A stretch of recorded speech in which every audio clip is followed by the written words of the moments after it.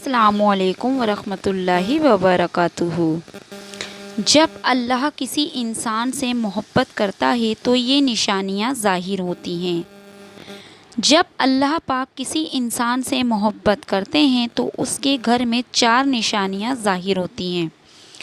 ہر شخص یہ جاننا چاہتا ہے کہ اللہ تبارک و تعالیٰ اس سے راضی ہے یا نہیں، اور یہ کیسے پتہ چلے کہ اللہ تعالیٰ ہم سے ناراض ہے یا راضی، یہ کیسے پتہ چلے، اس کی نشانیاں کیا ہیں۔ تو ہم آج اسی کے بارے میں بات کریں گے کہ اللہ جب راضی ہوتا ہے تو ہمارے اوپر 4 نشانیاں ظاہر ہوتی ہیں۔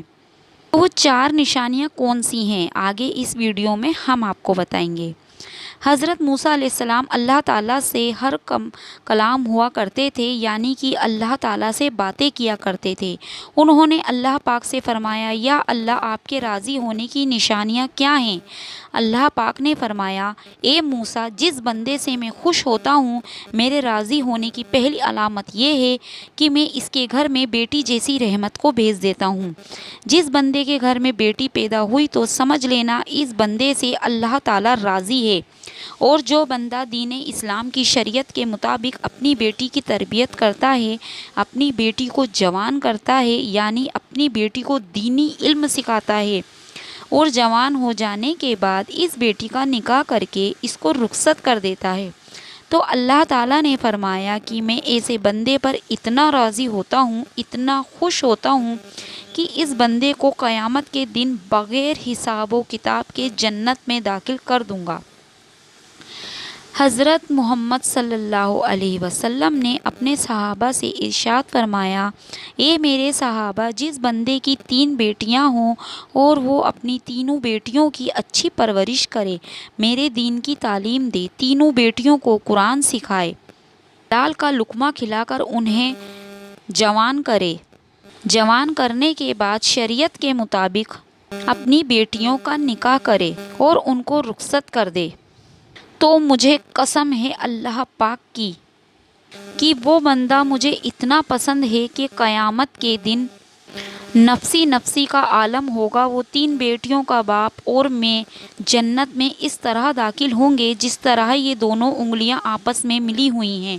اور ہمارے پیارے نبی رسول اللہ صلی اللہ علیہ وسلم سے یہ بات سنا ہی رہے تھے کہ ایک شخص کھڑا ہوا اور کہنے لگا، یا رسول اللہ، جن کی 3 بیٹیاں ہوں وہ تو آپ کے ساتھ جنت میں جائے گا، اور یا رسول اللہ، جن کی 2 بیٹیاں ہوں وہ کہاں جائیں گے؟ تو پیارے آقا رسول اللہ صلی اللہ علیہ وسلم نے فرمایا، اے میرے صحابی، 2 بیٹیوں والا باپ بھی قیامت کے دن جنت میں میرے ساتھ ایسے ہی داخل ہوگا جیسے ایک انگلی دوسری انگلی کے ساتھ جڑی ہوئی ہے۔ پھر ایک شخص وہاں کھڑا ہوا تھا اور وہ کہنے لگا، یا رسول اللہ، 3 بیٹیوں والا تو جنت میں چلا جائے گا اور 2 بیٹیوں والا بھی آپ کے ساتھ جنت میں چلا جائے گا، لیکن یا رسول اللہ، میری تو صرف ایک ہی بیٹی ہے، تو کیا میں آپ کے ساتھ نہیں جا پاؤں گا؟ یا رسول اللہ، اس نعمت سے میں تو محروم رہ گیا۔ تو ہمارے پیارے رسول حضرت محمد صلی اللہ علیہ وسلم نے فرمایا، اے میرے صحابی، جس شخص کی ایک بیٹی بھی کیوں نہ ہو، اگر وہ حلال لقمہ اپنی بیٹی کو کھلا کر اپنی بیٹی کی دینی تربیت کر کے اور اس کا نکاح کر کے شادی کر دے تو وہ بھی میرے ساتھ جنت میں جائے گا۔ جیسے یہ دونوں انگلیاں ایک دوسرے کے ساتھ جڑی ہوئی ہیں۔ پھر تیسرا شخص کھڑا ہوا اور رونے لگا، اس کی آنکھوں میں آنسو آ رہے تھے۔ پیارے رسول اللہ صلی اللہ علیہ وسلم نے فرمایا، اے شخص، تمہیں کیا ہوا، تم کیوں رو رہے ہو؟ تو پھر وہ کہنے لگا، یا رسول اللہ، میں تو رحمت سے محروم رہ گیا۔ رسول اللہ نے فرمایا، اے شخص، بتاؤ تو صحیح کیا ہوا؟ تو وہ شخص کہنے لگا، یا رسول اللہ صلی اللہ علیہ وسلم، میری تو ایک بھی بیٹی نہیں ہے، تو پھر میں کہاں جاؤں گا؟ تو پھر میں تو آپ کے ساتھ جنت میں نہیں جا پاؤں گا۔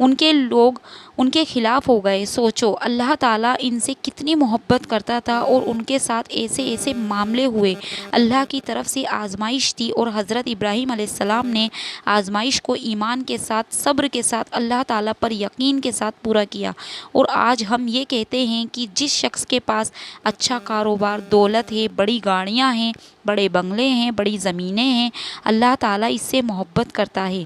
ایسا نہیں ہے، ایسا ہو بھی سکتا ہے اور ایسا نہیں بھی ہو سکتا، لیکن یہ نشانی نہیں ہے، بلکہ اگر آپ صحیح سلامت ہیں، آپ کا جسم صحیح سلامت ہے، آپ کا سب کچھ صحیح سلامت ہے، تو آپ کے گھر میں رہنے والے سب لوگ صحیح سلامت ہیں، آپ کے ماں باپ صحیح سلامت ہیں، آپ کو اولاد جیسی نعمت ہے، اللہ تعالیٰ نے نوازا ہے، آپ تھوڑا ہی کماتے ہیں لیکن حلال کماتے ہیں، تو بھی اللہ تعالیٰ آپ سے راضی ہوتا ہے۔